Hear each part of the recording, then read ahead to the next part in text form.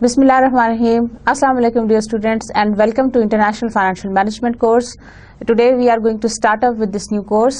I am Dr. Amara Noreen, Assistant Professor at ComStats Institute of Information Technology in the Department of Management Sciences. I am your teacher for this course and we will be doing International Financial Management together.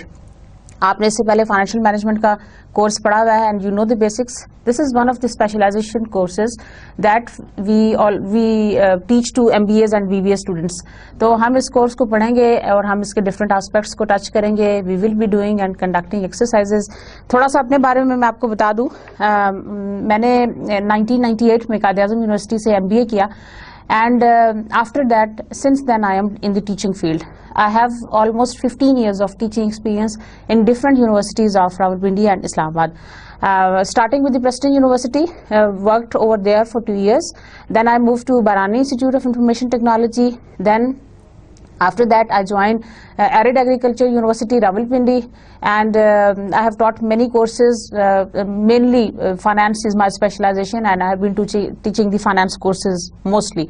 उसके अलावा I have conducted various workshops at Allama Iqbal Open University and doing certain courses. उनको भी मैंने teach किया हुआ है. And also I have the experience at Bahariya University Islamabad. उनके bachelor's और master's level की classes मैं पढ़ाती रही हूँ. And after that I joined in 2007 I joined ComStats Institute of Information Technology. पिछले 6-7 साल से I am assistant professor over there. I completed my PhD 3 years back in 2010 and my area of research was impact of microfinance on poverty. As far as my academic distinctions are concerned, I have many distinctions to my credit, alhamdulillah. I have secured first position in BSc and I was a gold medalist. Topped Karachi University, secured third position in Peshawar region in matriculation exam, and I secured highest CGPA in PhD in 2010 and got the merit certificate from the institute.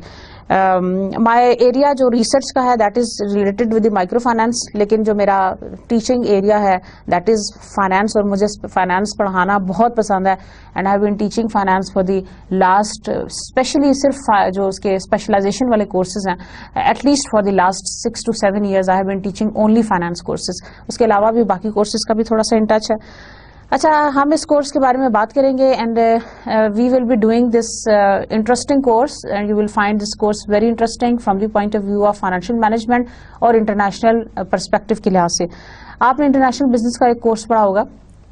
Basically, financial management is the course which is the mixture of international business and financial management. So, what is our plan? What we are going to do? मैं थोड़े बहुत आपको contents भी बताऊंगी and we are going to start up with the introduction of this course today. आपके लिए इस course के हवाले से कुछ इंटरेस्टिंग बातें हैं. वो ये है कि डोमेस्टिक बिजनेस को ऑपरेट करना is comparatively simple as compare to if we talk about the international business, क्योंकि इंटरनेशनल बिजनेस जो है वो ज़्यादा कॉम्प्लिकेटेड है या कॉम्प्लेक्स इन्वायरमेंट में काम कर रहा है. जब हम इंटरनेशनल बिजनेस की बात करते हैं तो जो भी बिजनेस अक्रॉस द बॉर्डर काम कर रहा होता है which is basically doing the business across the border, जिसके अंदर हमारी डिफरेंट कंट्रीज या डिफरेंट सब्सिडरीज इन्वॉल्व होती हैं, उसको हम इंटरनेशनल बिजनेस कहते हैं. और इंटरनेशनल बिजनेस जो है वो उस लिहाज से कॉम्प्लेक्स है और वो कॉम्प्लेक्स इन्वायरमेंट में काम कर रहा है, उसको ज़्यादा चैलेंजेस का सामना करना पड़ता है.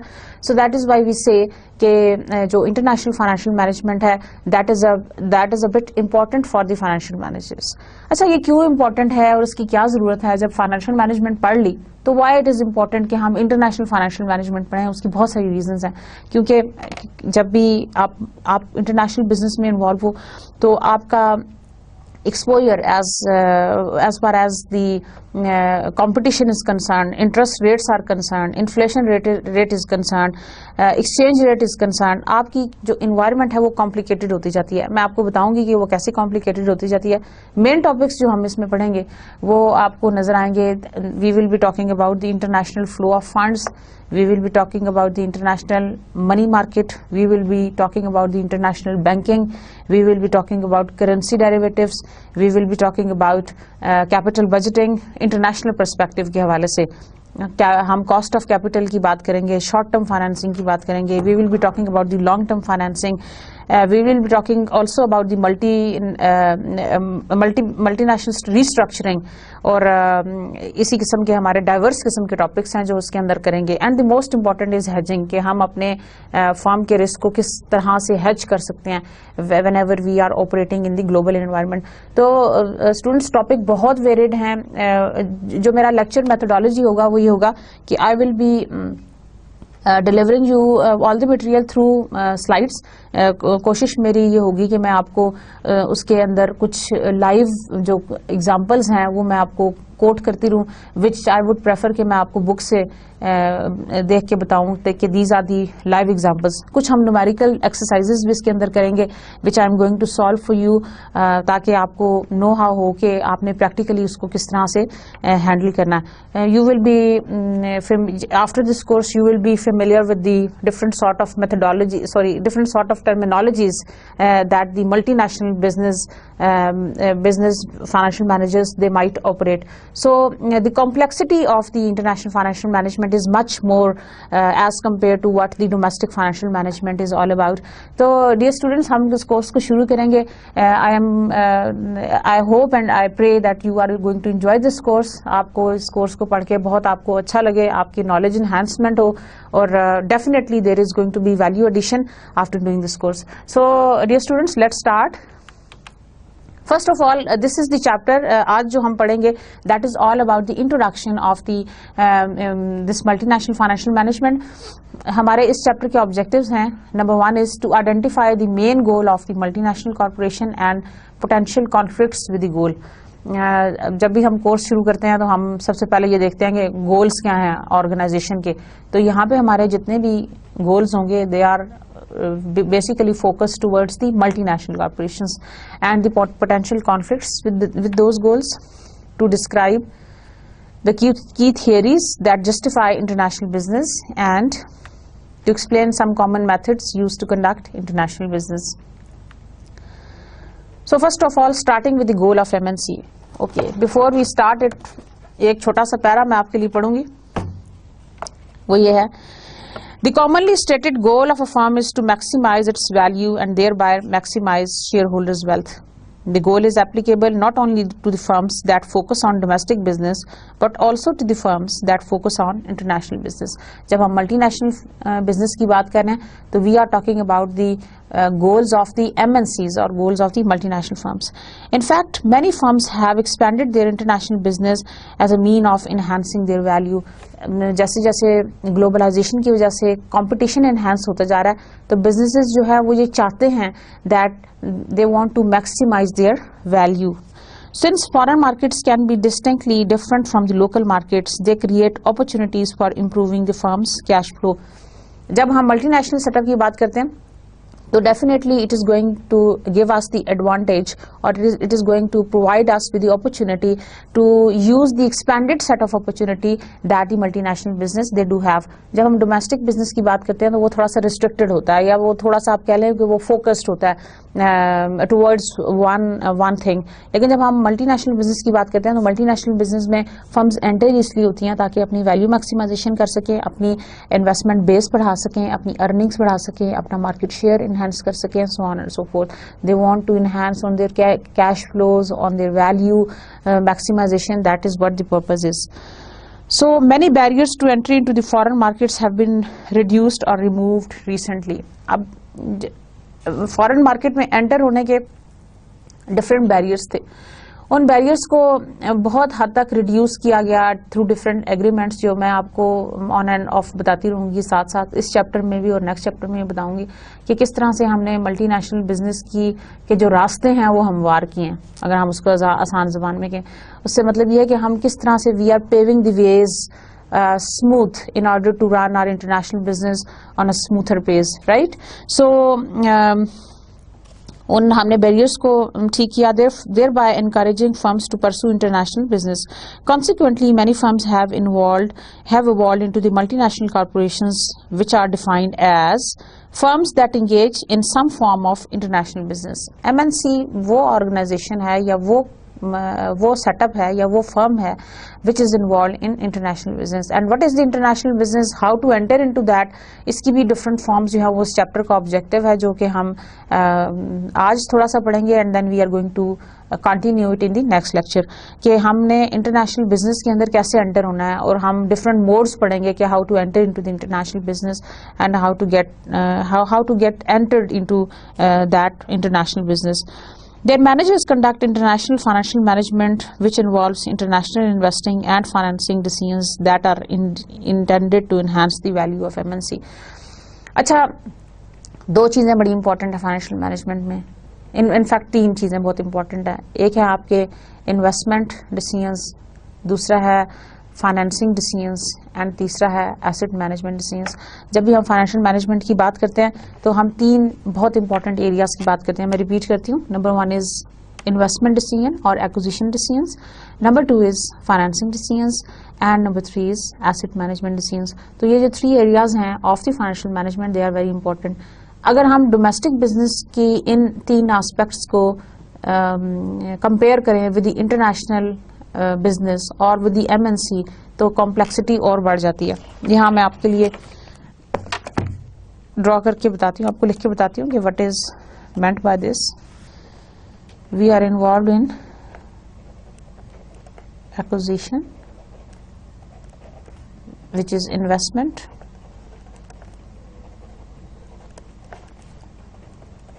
then we are involved with financing, and then we are involved in asset management. Basically, these are the 3 areas of financial management. So these are the three areas of financial management, जिसमें है number 1 is acquisition which is involve in the investment.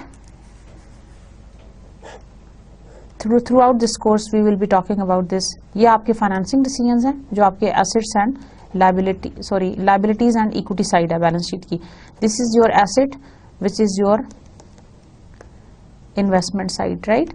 ये आपके liabilities and equity section है balance sheet का, and this is the asset side which is the investment side.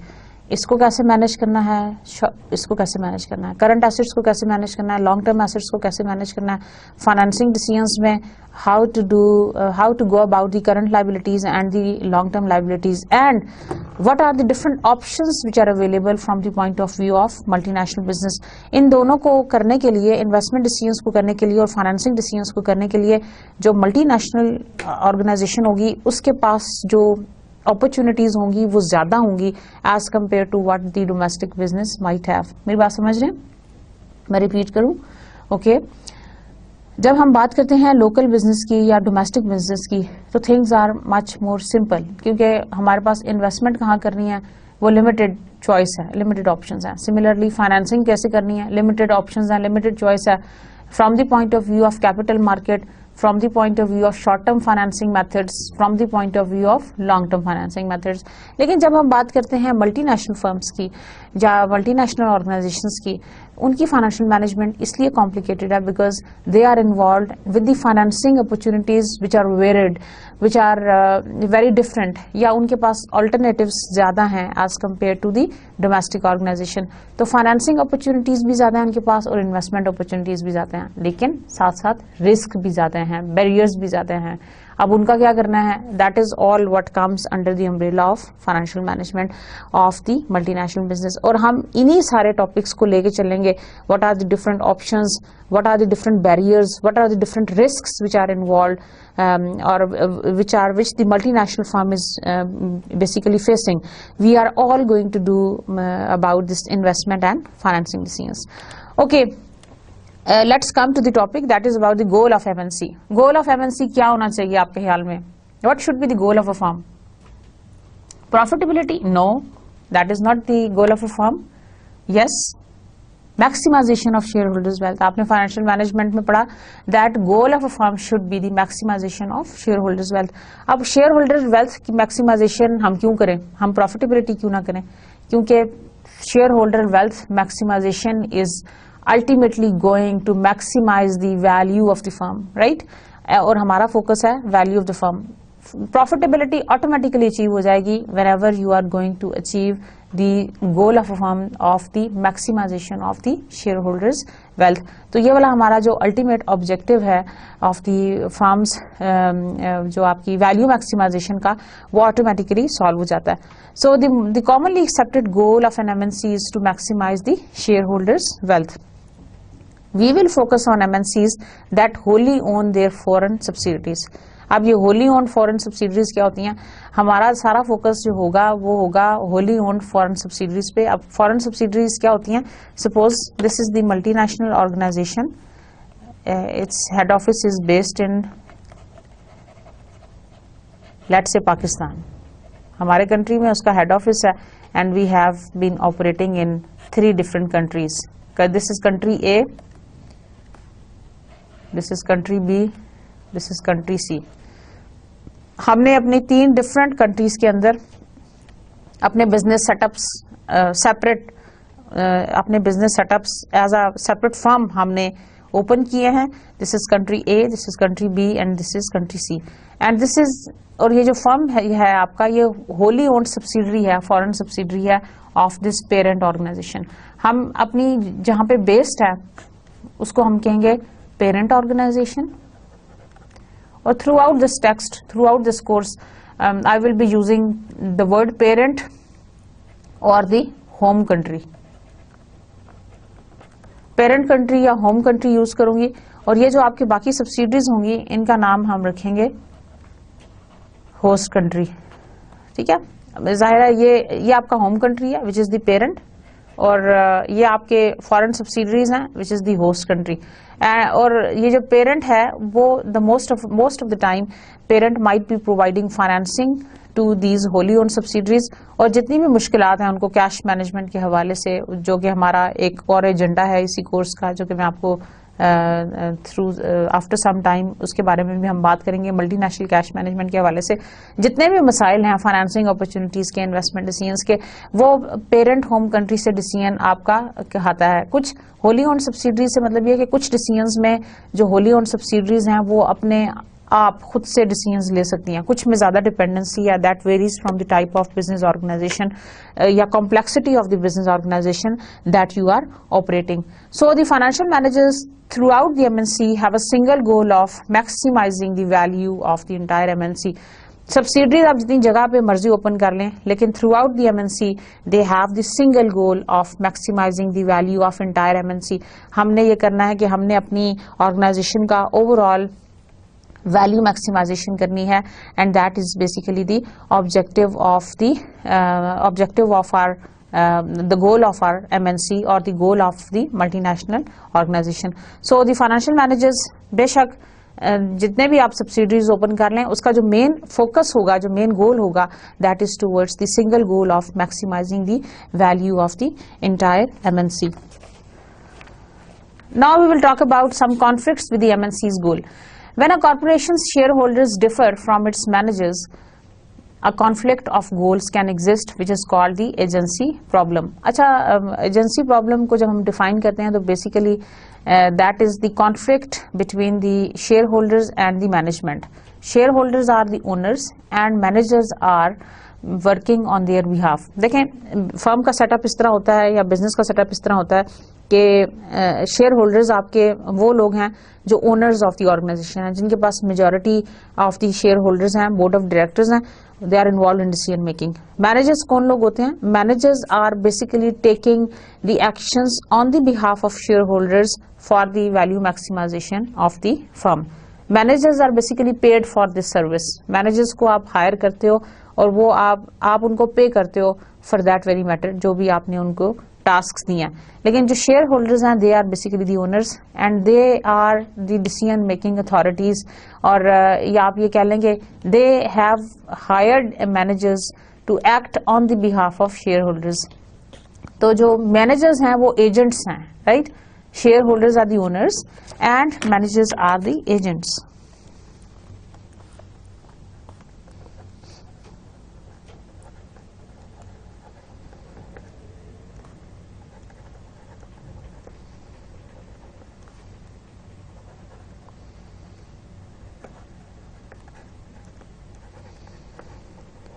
And managers are working on the behalf of share holders. Managers जो हैं या agents जो हैं वो शेयर होल्डर्स के behalf पे काम करते हैं in order to get the job done. And what is the objective? That is the value maximisation of the share holders. अच्छा, यहाँ पे इन दोनों के दरमियान में, ओनर्स और एजेंट्स के दरमियान में या शेयर होल्डर्स और मैनेजर्स के दरमियान में कॉन्फ्लिक्ट अराइज हो सकता है। आप सोचेंगे क्यों कॉन्फ्लिक्ट अराइज हो सकता है? क्योंकि देखें, ये ओनर्स हैं, ये इनके बिहाफ पे काम कर रहे हैं। शेयर होल्डर का जो ऑब्जेक्टिव है that is the value maximisation of the firm, लेकिन मैनेजर्स का ऑब्जेक्टिव तो उस वक्त पूरा हो जाता है जब आपने उनको पे कर दिया, उनको कंपनसेशन दे दी। How to motivate managers to act in the best interest of share holders?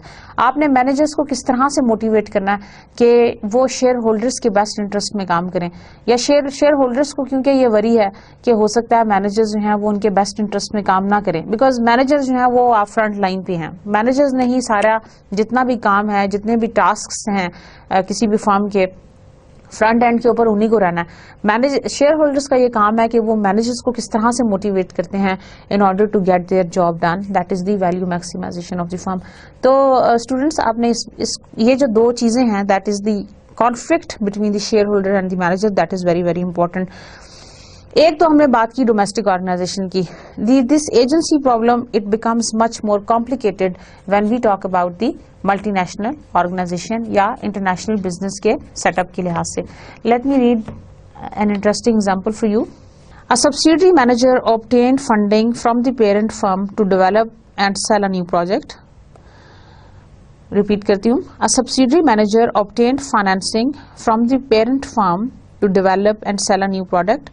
The manager estimated the cost and benefits of the project from the subsidiary's perspective and determined that the project was feasible. अच्छा, manager ने subsidiary के लिहाज से, उस local environment के लिहाज से, उस कंट्री के लिहाज से उसने एवेल्युएट किया प्रोजेक्ट को, and he said that project was feasible.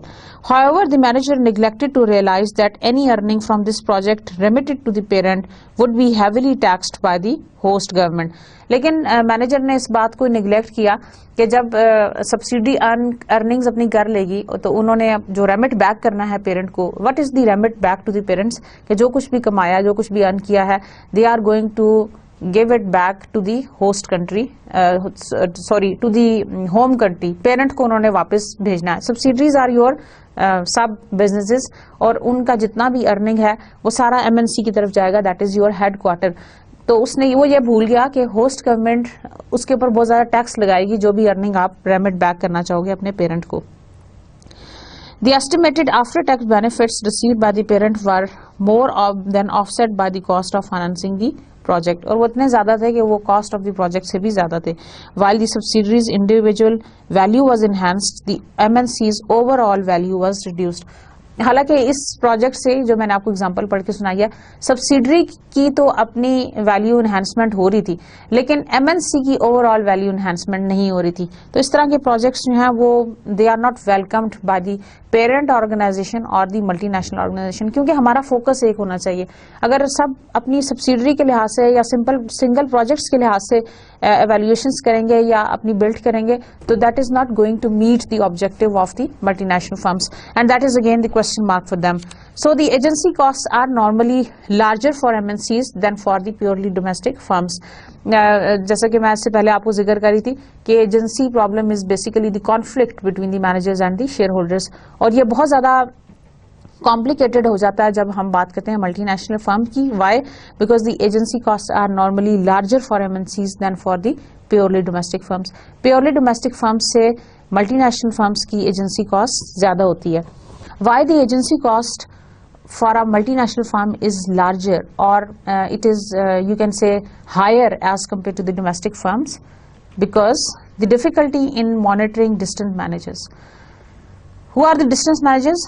जो आपके subsidiaries में managers हैं, जो आपके different business operations चला रहे हैं, वो आपके मुल्क में नहीं बैठे हुए, वो दूसरे countries में बैठे हैं, और उन दूसरे countries में जो managers बैठे हुए हैं उनको monitor करना ज़्यादा मुश्किल है, क्योंकि you can not give them the physical visits on daily basis, नहीं जा सकते आप, उनकी मॉनिटरिंग मुश्किल हो जाती है. ठीक है. अच्छा, कंप्यूटर सॉफ्टवेयर टेक्नोलॉजीज ने कुछ बात आसान कर दी हुई है किसी हद तक, but still there are difficulties in the managing, क्योंकि डिस्टेंस की वजह से, because they are spread apart.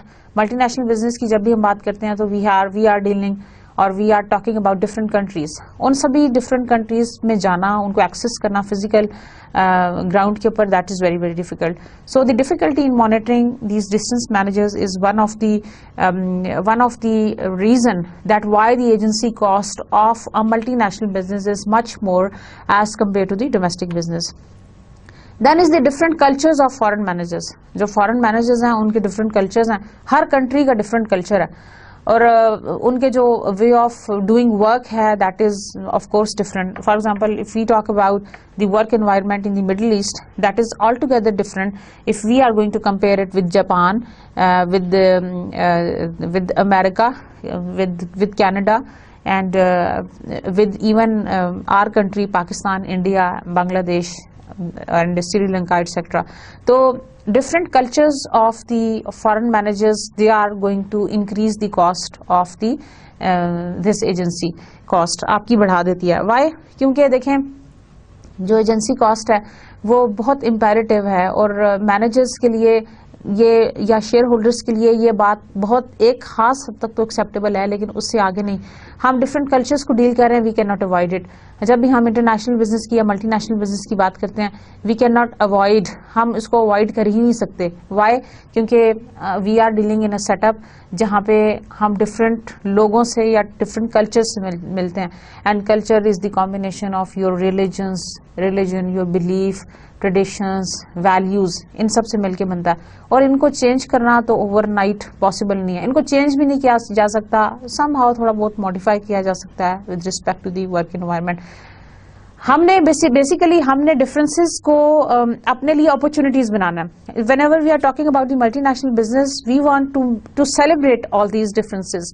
We are facing these challenges, and then we are going to accept these challenges, and we are going to celebrate these differences. हम इन differences को जो कि among countries हैं, we want to celebrate it, and how to celebrate it, वो हम किस तरह से करेंगे, different techniques के हवाले से, different financial management के functions के हवाले से, that is the crux of the story of this course.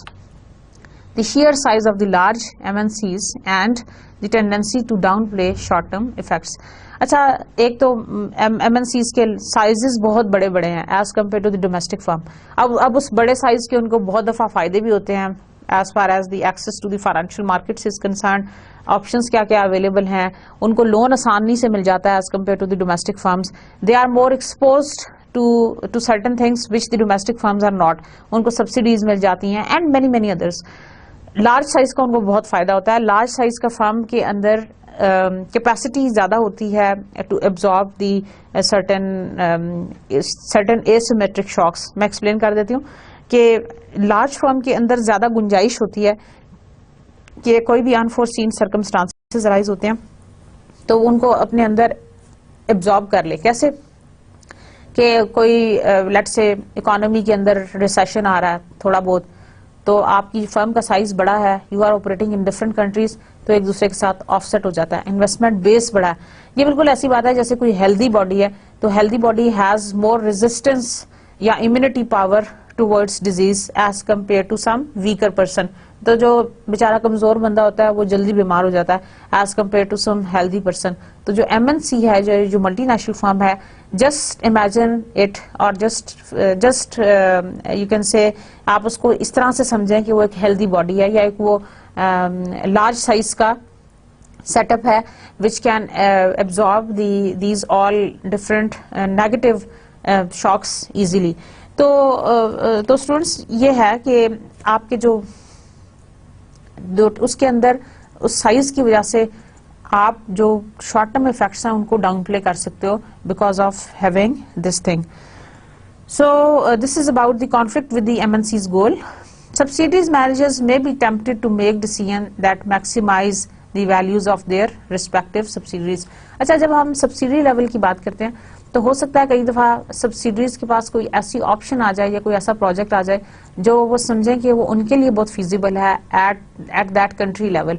लेकिन ये भी हो सकता है कि वो जो है ना उसके जो उसकी प्रॉफिटेबिलिटी है या सर्टेन रूल्स एंड रेगुलेशंस की वजह से पेरेंट को इतना फायदा नहीं हो रहा. जैसे कि मैंने आपको थोड़ी देर पहले एक एग्जांपल पढ़ के सुनाई थी, हो सकता है वो बहुत फिजिबल हो, लेकिन पेरेंट जो भी आपने कुछ कमाया at the subsidy level, definitely आप उसको रेमिट बैक करेंगे to the parent organisation. Remit back करने से मतलब यह है कि जो भी अर्निंग्स हैं you are going to transfer that money to the parent organisation, क्योंकि उसमें पेरेंट का शेयर है, parent has invested that money out into that foreign subsidy.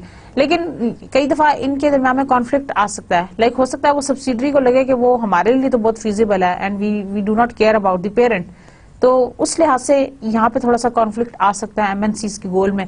लेकिन जो हमारी जितनी भी एक्टिविटी है that should be the focused towards achieving the common goal of the MNC, that is the value maximisation. जो भी हमारी एक्टिविटीज होंगी they must lead to the value maximisation of the share holders and not to the at the subsidiary level, not subsidiary level, but the value maximization of the shareholders. अच्छा जी. Then we come to the impact of the management control. The magnitude of the agency cost can vary with the management style of the MNC. The magnitude of the agency cost can vary with the management style of the MNC. A centralized management style reduces agency cost. However, a decentralized style gives more control to those managers who are closer to the subsidiaries operation and environment. अच्छा students, हमने यहाँ पे दो बातें की, दो तरह की environments. Number one is the centralized management style and number two is the decentralized management style. What is centralized and what is decentralized approach? आपने मैनेजमेंट में इसको बड़ी डिटेल से पढ़ा, दोबारा ब्रीफ करती हूँ और हम देखते हैं कि इसकी implication क्या है मल्टीनेशनल फाइनेंशियल मैनेजमेंट के एस्पेक्ट से. What is centralized management style? Centralised management style वो होगा जिसके अंदर decision making authority is in few hands and they are going to dictate their orders to rest of all the other subsidiaries और rest of all the other managers to operate on certain lines और to operate in certain areas. Getting my point? Centralised management style का मतलब ये है कि management का जो decision making है या जो अथॉरिटीज हैं they are in few hands और आपने उनको उसी तरह से ओबे करना है. जैसे अगर मैं आपको ये कह दूं कि जो हमारा ब्यूरोक्रेटिक स्टाइल है that is the best example of the centralised management style, जहाँ पे authority is in few hands and then there is a very long organisational structure जिसके अंदर टॉल आप कह लें उसको, there is a very tall organisational structure that you have to follow. Centralised management के अंदर अब होता ये है आपकी जो डिसीजन है that is in few hands, this is the top management. फिर ऐसे मैं आपके लिए एक चेन को थोड़ा सा एलैबोरेट कर देती हूँ.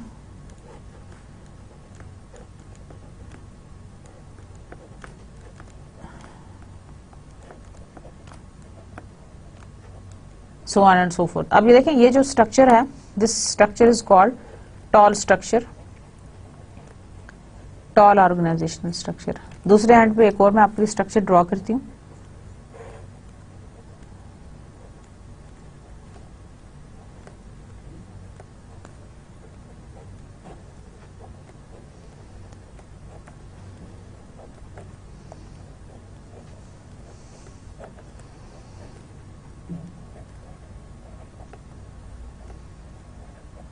This is called the flat structure.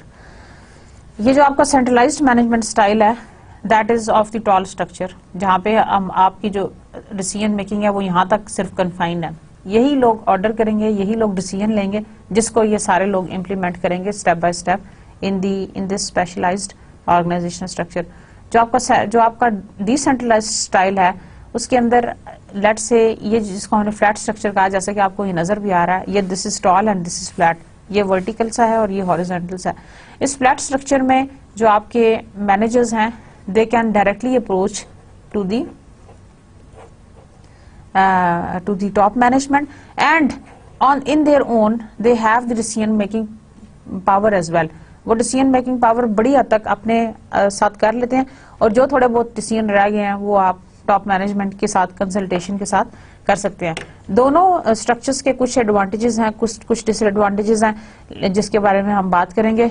लेकिन सेंट्रलाइज्ड मैनेजमेंट स्टाइल से आपका एजेंसी कॉस्ट रिड्यूस हो जाता है। वाई? क्योंकि एक जो लेवल है वो दूसरे लेवल को रिपोर्ट करेगा, वो उससे ऊपर वाले लेवल को रिपोर्ट करेगा और अल्टीमेटली जो डिसीजन मेकिंग अथॉरिटी है वो फ्यू हैंड्स में है। So the centralised management style जो है वो एजेंसी कॉस्ट को कम करने में बहुत हद तक हेल्प करेगी, बहुत हद तक मदद करेगी। However, a decentralized style gives more control to those managers who are closer to the subsidiaries operation and environment। जो डिसेंट्रलाइज्ड स्टाइल है it gives more control to those managers who are closer to the subsidy operation and environment. वो अपने own में ज्यादा हद तक decision making कर सकते हैं और चूंकि वो ज्यादा हद तक डिसीजन मेकिंग कर सकते हैं तो वहां पे कॉन्फ्लिक्ट के चांसेस ज्यादा हैं, वहां पे एजेंसी प्रॉब्लम्स ज्यादा राइज हो सकते हैं in decentralised management. Now the centralized multinational financial management for an MNC with 2 subsidiaries। अच्छा, यहाँ हम बात कर रहे हैं सेंट्रलाइज्ड फाइनेंशियल मैनेजमेंट की, मल्टीनेशनल फाइनेंशियल मैनेजमेंट की, जिसकी 2 सब्सिडरीज हैं। Number 1 is A and number 2 is B। आपको राइट और लेफ्ट पे नजर आ रहा है। Cash management at A and cash management at B। अब चूंकि ये सेंट्रलाइज्ड है तो financial managers of a parent is going to do the inventory and account receivable management at A and also the account inventory and accounts receivable management at organization at the subsidiary B. Similarly, financial managers of parent is responsible for the financing at A subsidiary and the financial managers of parent is also responsible for financing at B. Then financial managers of parent is responsible for capital expenditures at A and financial managers of parent is responsible for the capital expenditures at B. So financial managers of parents are basically responsible for the cash management at subsidiary A and at subsidiary B। दोनों subsidiaries के ऊपर cash management के हवाले से financial managers they are responsible। अब देखें decentralized में क्या होगा, स्ट्रक्चर को देखें। decentralized multinational financial management for an MNC with 2 subsidiaries A and B।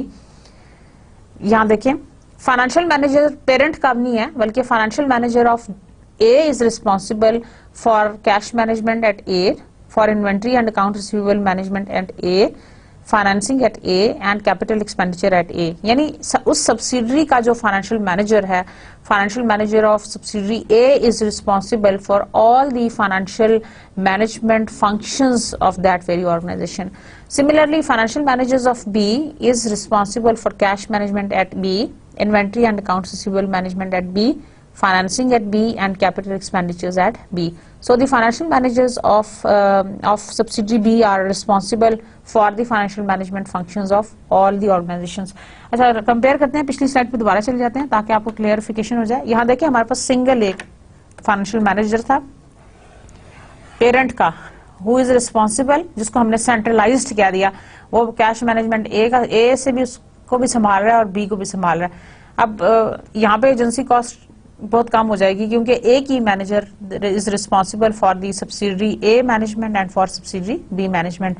तो यहाँ पे कॉन्फ्लिक्ट के चांसेस कम हो जाएंगे। मैनेजर एक ही मैनेजर है और शेयर होल्डर है, मिनिमम चांसेस।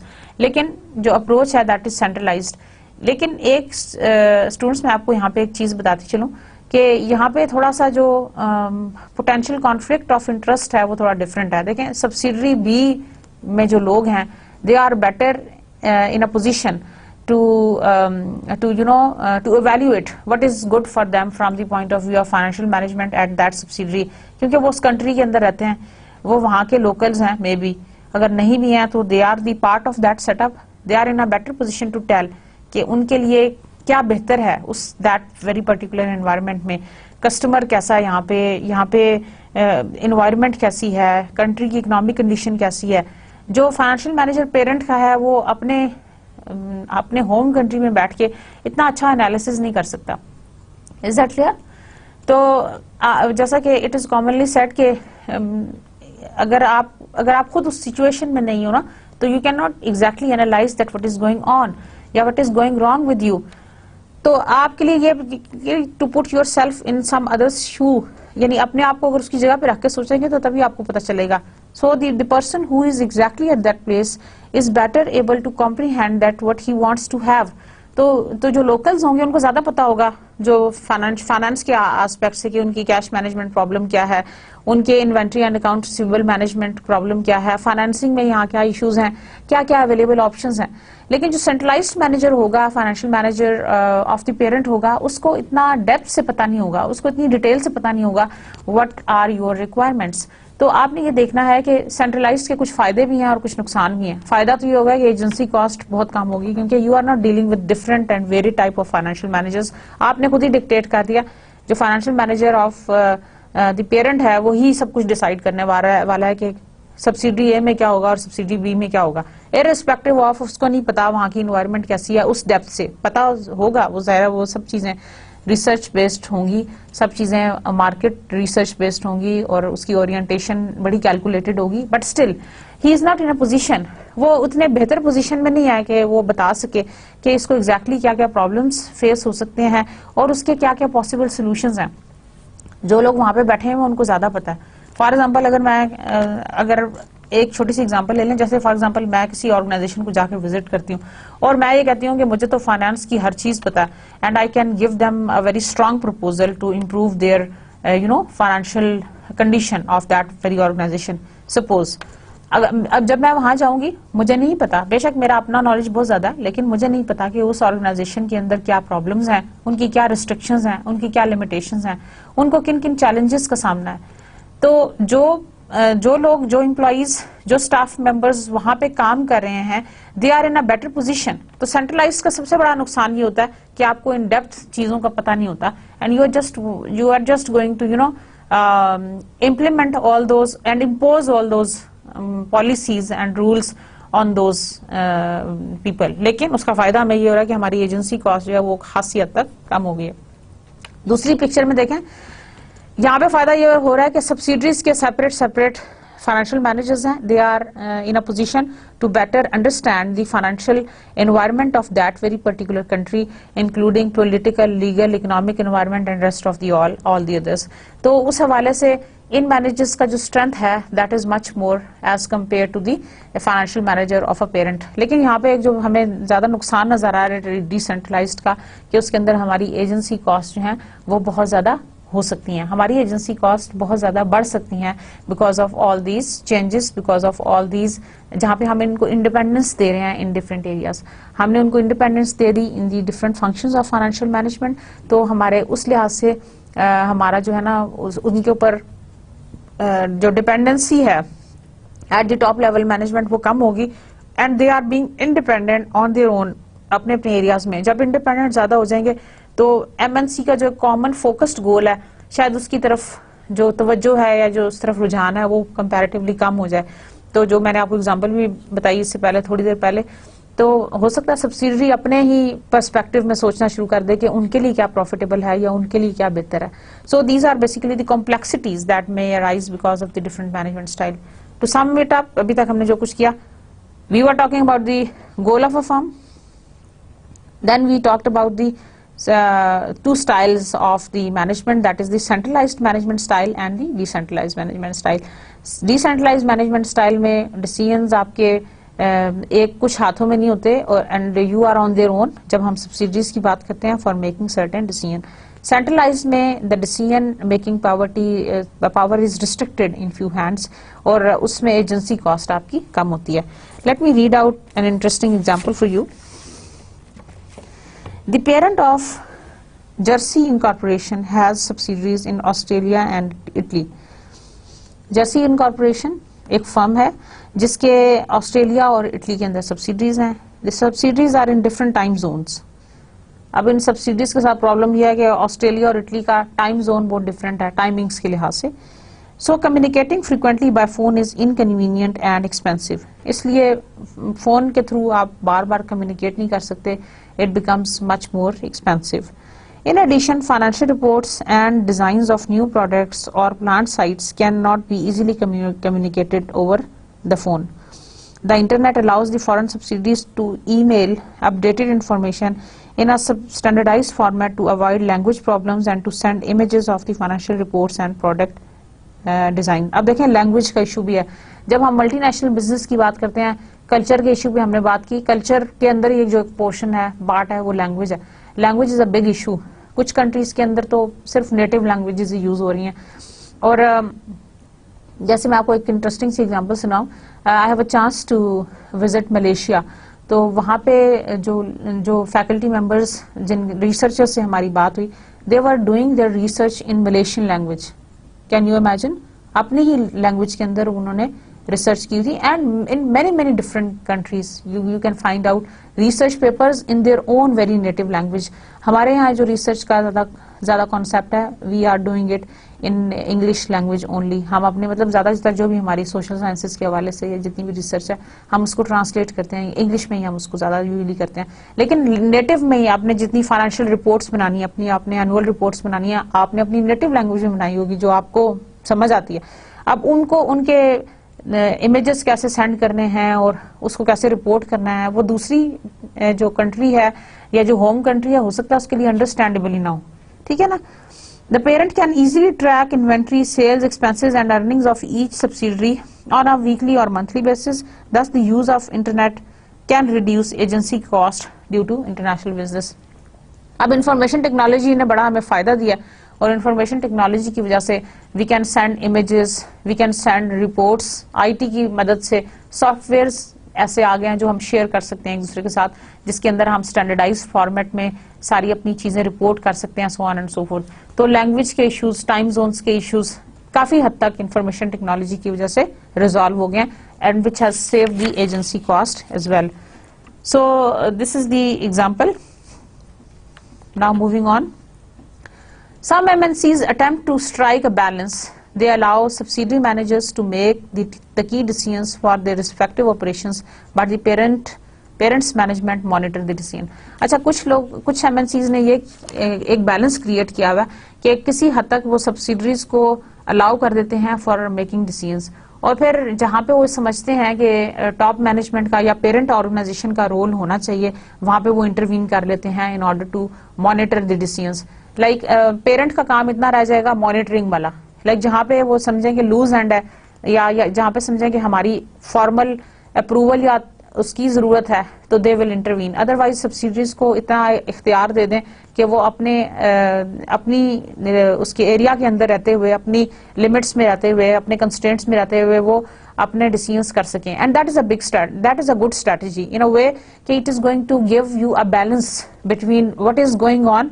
सब्सिडरी वाला भी वो आ जाएगा कि आपने लोकल अपने एम्प्लॉइज और स्टाफ्स को इन्वॉल्व कर लिया है और सारा कुछ, और साथ साथ पेरेंट वाला भी पर्सपेक्टिव आ जाएगा और गोल ऑफ अ फर्म वाला पर्सपेक्टिव भी आ जाएगा कि हम उस चीज को भी साथ लेके चल रहे हैं. तो it is going to give you a balance. It is going to give you a balance that allows the subsidiary managers to make the key decisions for their respective operations, और पेरेंट मैनेजमेंट जो है वो सिर्फ intervene करेगी for monitoring the decisions. So that is in fact a very good strategy.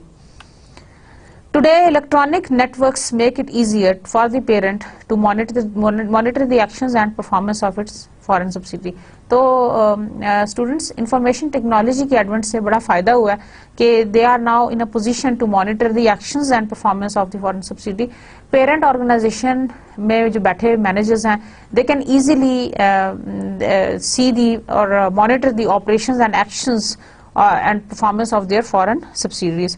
So this is one of the good examples. Various forms of corporate control can reduce agency cost. अब हम बात करेंगे कि what are the different corporate controls.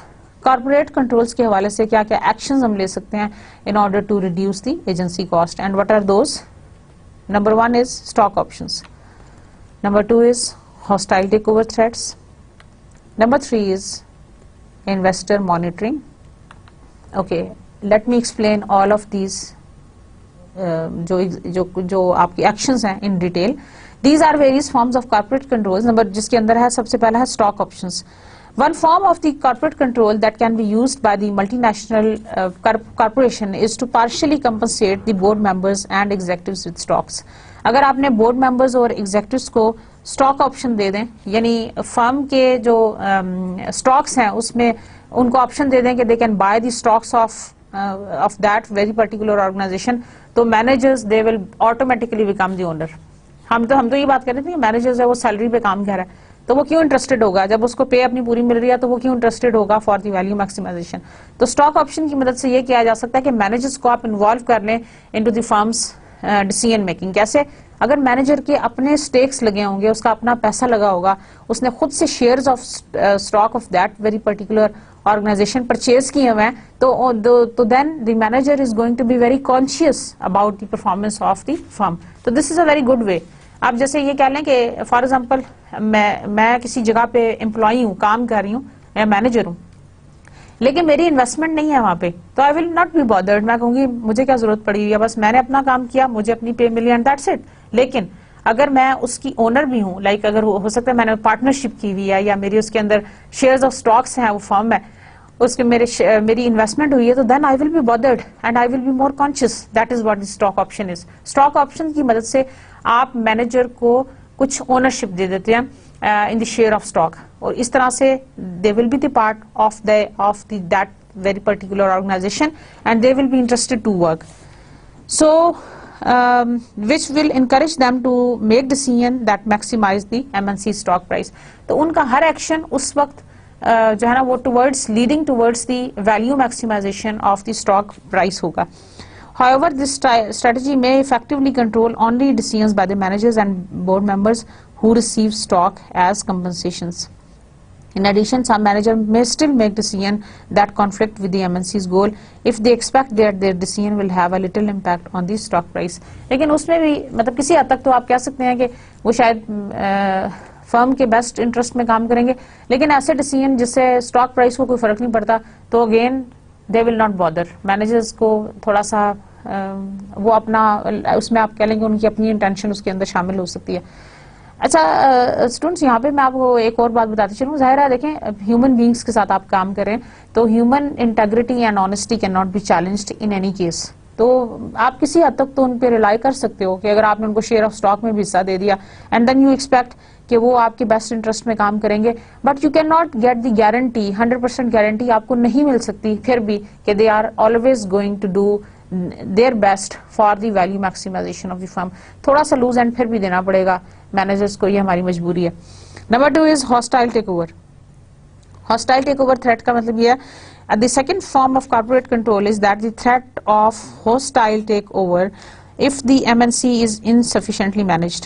अगर MNC अच्छी तरह से manage नहीं हो रही तो उसको हॉस्टाइल टेक ओवर का खतरा है. In theory, this threat is supposed to encourage managers to make decisions that enhance the MNC's value. अच्छा, जब इस तरह का खतरा होगा तो मैनेजर्स जो हैं वो ज्यादा बेहतर काम करेंगे. उसकी रीजन ये है कि managers they want to save on their standing, on their jobs, on their value, since other type of decisions would cause the MNC stock prices to decline. तो ये एक हॉस्टाइल टेक ओवर थ्रेट की वजह से जो managers हैं they can be put on the right path, उनको ठीक रास्ते पे लगाया जा सकता है. Then is the investor monitoring. A third form of corporate control is investor monitoring by large share holders. US based MNCs are commonly monitored by the mutual funds and pension fund because a large proportion of their outstanding shares are held by these institutions.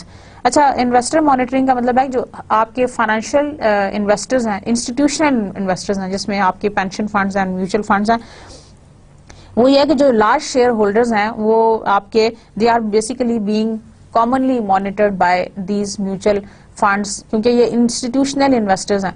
तो institutional investors अपने हवाले से भी देखेंगे कि उनको क्या फायदा हो रहा है या उनके क्या उनको क्या बेनिफिट्स ड्रॉ हो रहे हैं out of all this arrangement. So this is another form of a corporate control that may be very, very practical. Then is the constraints interfering with the MNC's goal. MNC's managers are confronted with various constraints. MNC's को क्या constraints हैं which are basically interfering with the MNC's goal. जो multinational firm के managers हैं they are confronted with various constraints. उनको किन किन मुश्किलात का सामना है. Number 1 is the environmental constraints and number 2 is the regulatory constraints. जो फाइनेंशियल मैनेजर्स हैं उनको डिफरेंट टाइप्स ऑफ कंस्ट्रेंट्स का सामना है. उनको डिफरेंट लिमिटेशंस हैं आप ये कह लें, या उनको आप ये समझ लें कि डिफरेंट मुश्किलात का सामना है विद द पर्सपेक्टिव के they are operating in different environments. जब हम डोमेस्टिक फर्म्स की बात करते हैं तो उन मैनेजर्स को ये वाली चीज़ों का सामना नहीं है. लेकिन एनवायरमेंटल कंस्ट्रेंट से मतलब ये है कि each country enforces its own environmental constraints. Some countries में enforce more of these restrictions on a subsidy whose parent is based in different country. Building codes, disposal of production waste material and pollution control are the example of restrictions. मतलब आपने जो production waste है उसको कहाँ पे और किस तरह से आपने उसको डिकम्पोज करवाना है, वो एक बहुत बड़ा इशू है. पोल्यूशन वाले मैटर्स हैं और इसी किस्म की चीज़ें. कुछ जगह के ऊपर इन्वायरमेंटल कंस्ट्रेंट्स के हवाले से बहुत ज़्यादा मुश्किलात हैं. लाइक रूल्स सेट रूल्स हैं specially in the developed countries. आप इस तरह की चीज़ें नहीं कर सकते. स्पेशल कोड्स हैं जो आपको फॉलो करने हैं. तो क्योंकि देखें जब भी हम इंडस्ट्रियलाइजेशन की बात करते हैं तो वहाँ पे हमारा जो इन्वायरमेंट है that is one of the very very important factor that we must consider. और आपको पता है कि इन्वायरमेंट जो है वो डे बाय डे पोल्यूट होती जा रही है और ख़राब होती जा रही है because of all this phenomena. तो हमें इस बात की ज़रूरत है कि हम ऐसे एक्शंस लें जिससे हमारी इन्वायरमेंट जो है वो सेफ रहे. और हमारी इन्वायरमेंट सेफ उस तरह से रह सकती है जब हम इन सारे रेस्ट्रिक्शंस जो फेस हो रही हैं अब उनको प्रॉपर तरीके से फॉलो करें. जब हम एज अ बिजनेसमैन किसी दूसरे कंट्री में एंटर होंगे तो we have to follow all these environmental constraints. And specially जैसे जैसे अवेयरनेस ज़्यादा आ रही है, जैसे जैसे हमारी वर्ल्ड के अंदर इंडस्ट्रियलाइजेशन का जो कॉन्सेप्ट है वो ज़्यादा होता जा रहा है, पॉपुलर होता जा रहा है and we are becoming more aware. इस चैलेंज को फेस करना सभी फाइनेंशियल मैनेजर्स के लिए बहुत बड़ा स्टेप है. तो हम इस चीज़ को देखते हुए भी, एनवायरमेंटल कंस्ट्रेंट्स को देखते हुए भी हम इस चीज़ को फॉलो करेंगे. Then is the regulatory constraint. Each country also enforces its own regulatory constraints pertaining to taxes. Taxes के हवाले से, करेंसी कन्वर्टेबिलिटी के हवाले से, अर्निंग्स रेमिटेंस. अर्निंग्स रेमिटेंस से मतलब है कि आप जो कुछ भी उस सब्सिडी के अंदर अर्न करेंगे you are going to remit back those earnings to the parent. या पोर्शन ऑफ, अब कितना पोर्शन आप उसका रेमिट बैक कर सकते हो, कितना पोर्शन आपने री इन्वेस्ट करना है उसी कंट्री के अंदर जहां पे आपने इन्वेस्टमेंट की है. तो these are all the regulatory constraints. Employ rights different जगहों के ऊपर डिफरेंट होंगे and other policies that can affect cash flows of the subsidiary establish there. जिसकी वजह से आपके कैश फ्लोज जो हैं वो लार्जली इफेक्ट हो रहे हैं. कैश फ्लोज हमारे लिए बहुत इंपॉर्टेंट है and we are focusing on that, क्योंकि हमने सभी से ज्यादा जो हमारा मोस्ट इम्पॉर्टेंट जो आप समझ लें कि चैलेंज है that is the cash flows. तो हमने कैश फ्लोज को बड़े ध्यान से देखना है.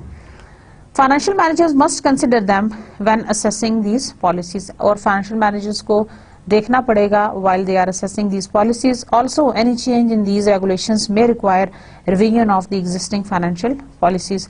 तो किसी भी किस्म की चेंजेस जो हैं वो उसमें फाइनेंशियल पॉलिसीज को रिवाइज करने में हेल्प करेंगी. So financial managers must monitor the regulation of any potential changes over time. तो उनको साथ साथ ऑब्जर्व भी करना पड़ेगा, देखना भी पड़ेगा कि क्या क्या चेंजेस आ रही हैं and how to follow them.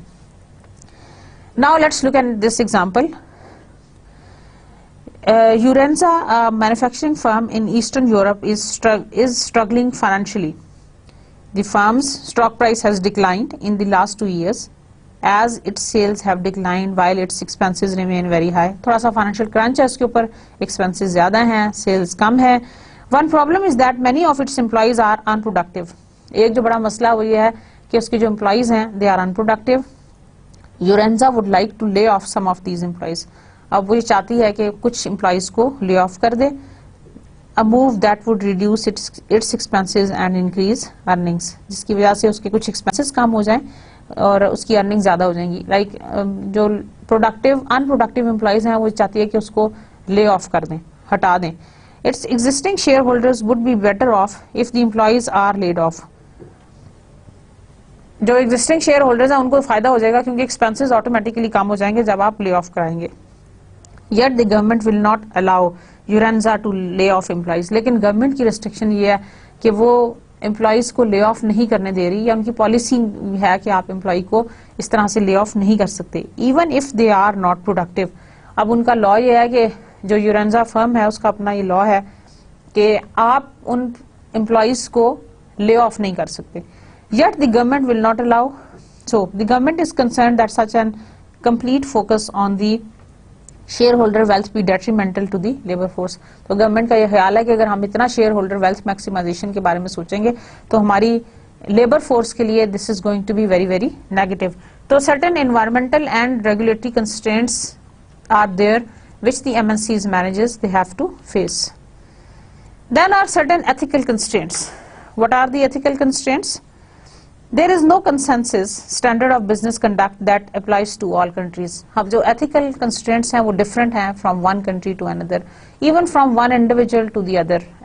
जो ethics हैं जो आपने अपने लिए what is right and what is wrong वो आपने अपने लिए खुद से बनाया होता है, हर इंडिविजुअल ने भी, इवन तो हर कंट्री ने भी बनाया होता है, हर मल्टीनेशनल फर्म ने भी बनाया होता है.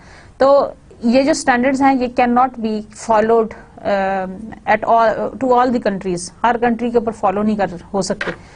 वैसे तो सभी के डिफरेंट होते हैं लेकिन ये कि किसी हद तक कॉमन भी होते हैं. जैसे एक कंट्री के जो एथिकल स्टैंडर्ड्स हैं they are going to be you know similar on certain grounds on a certain grounds, किसी हद तक सिमिलर भी होते हैं. So a business practice that is perceived to be unethical in one country may be totally ethical in the other. किसी एक country में जिस प्रैक्टिस को आप अनएथिकल समझ रहे हैं वो दूसरी कंट्री में हो सकता है एथिकल हो. Ethical means the do's and don'ts. what are the do's and what are the don'ts in accordance to जिसको आप ठीक समझते हैं और जिसको आप गलत समझते हैं. For example, US based MNCs are well aware that certain business practices that are accepted in some less developed country would be illegal in the United States. जैसे bribes to government in order to receive special tax breaks or other favors are common in some countries. bribe करना या taxes के लिए या कोई बड़ा project win करने के लिए कुछ actions को लेना, that is quite common in certain other countries. लेकिन कुछ countries के अंदर ये चीजें अनएथिकल समझी जाती हैं. अब जिन कंट्रीज के अंदर ये अनएथिकल समझी जाती हैं और किन कंट्रीज के अंदर ये एथिकल समझी जाती हैं, आपने उनके दरमियान में एक बड़ी ही थिन लाइन ड्रॉ करनी है कि this is unethical and this is ethical, and then you are going to work on those very aspects कि आपके लिए क्या ठीक है और आपके लिए क्या गलत है. सो these are the different constraints that are very very important from that very aspect. A recent study found that investors assigned a higher value to firms that exhibit high corporate governance standard and are likely to obey ethical standard. तो जिन firms के अंदर ethical standards follow हो रहे हैं उसका मतलब, या आप ये समझ लें कि जिसके अंदर corporate governance practices ज़्यादा बेहतर हैं, they are going to follow the better ethical standards as compared to the others. Now we come to the theories of international business. Why are firms motivated to expand their business internationally? Number one is the first is the theory of competitive advantage. Specialization by countries can increase the production efficiency. This is the comparative advantage.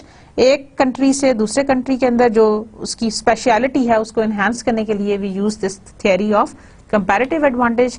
Then is the imperfect market theories. The market for the various resources used in the production are imperfect. इस imperfect perfection का advantage लेते हुए we can do this जो type of हमारा theories of international business है, for doing the international business it motivates us to do the international business, that the markets for the various resources used in the production are imperfect.